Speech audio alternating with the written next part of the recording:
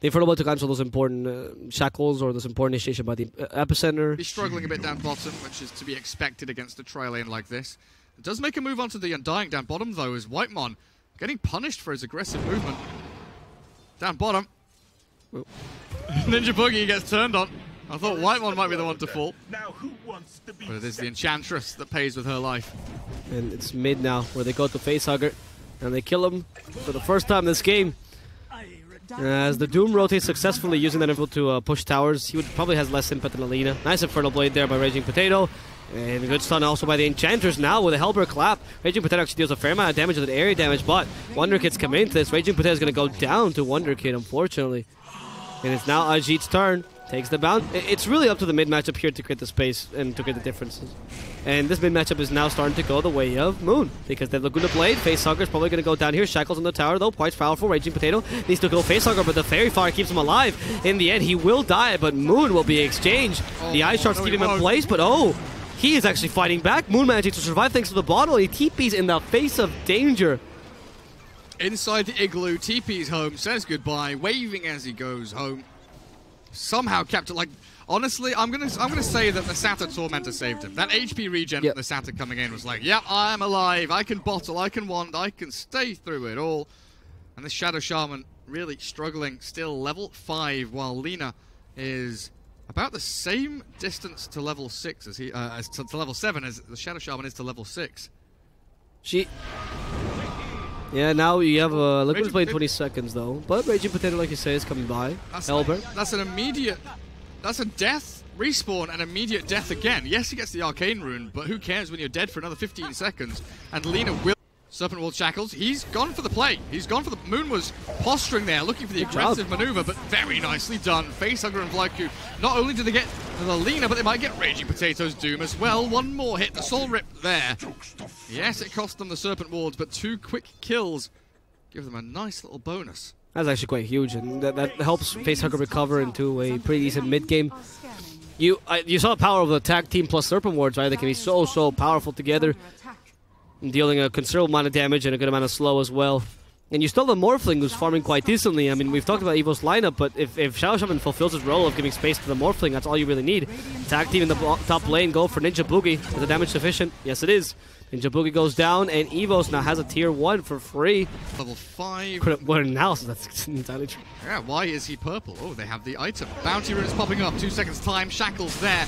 For a strike into the LSA, the 2 heroes from Mineski dropping low, but Arjit has the battle trance to go and move forward.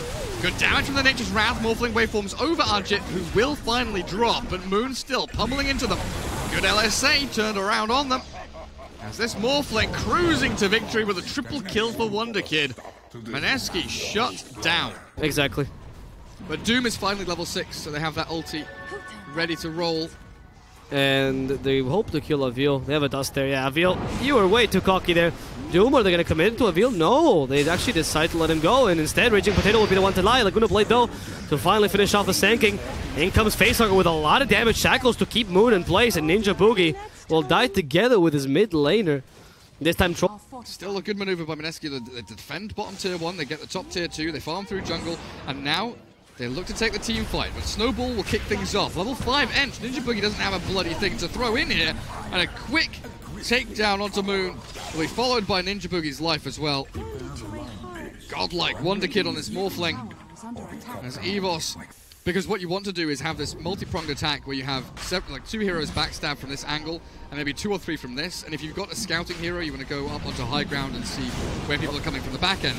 As they blow up Whitemon, Roshan might get a kill, but an epicenter with a Burrows, perfect from Avil. Arjit barely gets the battle trance off as he turns to fight, but the LSA, the Laguna Blade, takes down the Tusk as Facehuggers Shackles hold the troll in place. And the buybacks, they are massive. 3 from the Radiant to secure this Roshan. Still though, EVOS alive and kicking, fighting through it. The Doom is there on the Sanking, but Wonder Kid, he's blowing him up. A double kill, a beyond godlike streak. He's going to be careful though. This Lina does pack a punch as the LSA turn back onto the Doom. He's toggling the attribute shift. Raging Potato is about to fall, but he's going to waveform away. Morphling gives up on the kills and he'll give up on his life. He morphed their last Orchid to get the mechans on the Lina. You have a Mineski that's a bit stronger right now because of the troll as well and has Aegis. They can't save the troll, though. This is a bit of a blunder. Ajit. Okay. I spoke too soon. I take that back. They're not strong. They're fighting around this. They cannot lose the troll here. It's Light Strike Array. Hits the... Everything is heavily reliant on the catch from Shadow Shaman and Sand King, and then a follow-up from the Morphling. Everybody else is a meat shield. Yo. There's the catch. Where's the follow-up from Morphling? Here it comes. Ajit blown out of the water. Good stun from Raging Potato onto 2 in the back lines, but even Moon is being pummeled into the ground, and like one more adaptive strike and he's gone. A double kill on the 2 big cores who have no buyback. EVOS might consider high ground as they get KP in the back. The Sprout, the TP out. Somehow survives, but Ninja Boogie will not have the same luxury. EVOS, kill off 3. 22 minutes in, they do not have Serpent Wards, but they are still considering pushing up the ramp. They do have a Morphling, right? With Morphling agility, he has quite a strong pushing power regardless. Yeah. And without Troll and Lina, I mean, you don't have any stuff to stop the Morphling. You still have the Orchid, though, and it just profit. KP top. He TP'd to try and play offensively. But he's going to get caught by the Sand King and the Tusk. Now down bottom. Can Mineski catch anyone here? No TPs to the Shrub. In the sense that she can pick up different items that do the same thing, right? Because they're not as core as the Battlefield. But it's exactly what you're saying. Raging Potato could be killed off here. In fact, he is going to die, but the Doom gets off onto the Sand King. Okay, will he get denied? Nobody's going to deny him. They're just going to let him go. Okay. Let Raging Potato get that kill. Kaipi, the next target. And now they turn to Lina, and thanks to that, Glunderkid is able to get that kill. And the LSA actually hits a Troll Warlord, able to kill him off. But no! IG activates the Battle Trance last second. Thank God for those shackles. Epicenter even committed to keep his Troll in check and assassinating him. EVOS able to get that carry, and they're actually doing it. The redemption game is working. The Shadow Shaman is functioning. The Hex for one hero and the Shackles for the other, killing the 2 women on the enemy team and committing an absolute massacre. And the enemy base, Mineski, is now able to go for this tier 3 as well. Sorry, EVOS still able to go for this tier 3 as well, while Kaipi desperately tries to push them away with a push in the top lane, but it's not going to be sufficient because Wonderkid hits really hard right now. So and he has Lincolns anyway. Finally, EVOS get a draft, a game, a lineup where they hit their timings, they hit their plays, and they hit their stuns. Well. They hit their Doom. Another kill, and... But the Axe is so valuable here if you want to close the game soon, which is what you want to do. I think you know... Oh, wow. Okay, nice snowball though. Prevents the death, and actually you just forced the BKB on the Troll. You're going to lose your Undying, but he does get the Tombstone off before he dies, which is quite nice. Ninja Boogie's dead as well, and they catch out the Lina with a simple burst strike, and they can only kill her off, instead going for the Doom. Who's already wasted that Doom onto the Morphling, who's now stuck in Lina form, but he's happy with that. The Fire Soul allows him to get another kill, and Moon will also be decimated. EVOS is doing it. And Raging Potato is the only member alive for Mineski. He actually bought back just to be that member. And he's gonna go back to where he came from, the graveyard. And I think he can turn into any of his allies and be happy, right? Well, Troll Warlord a little bit out of position, but the burst strike whiffing.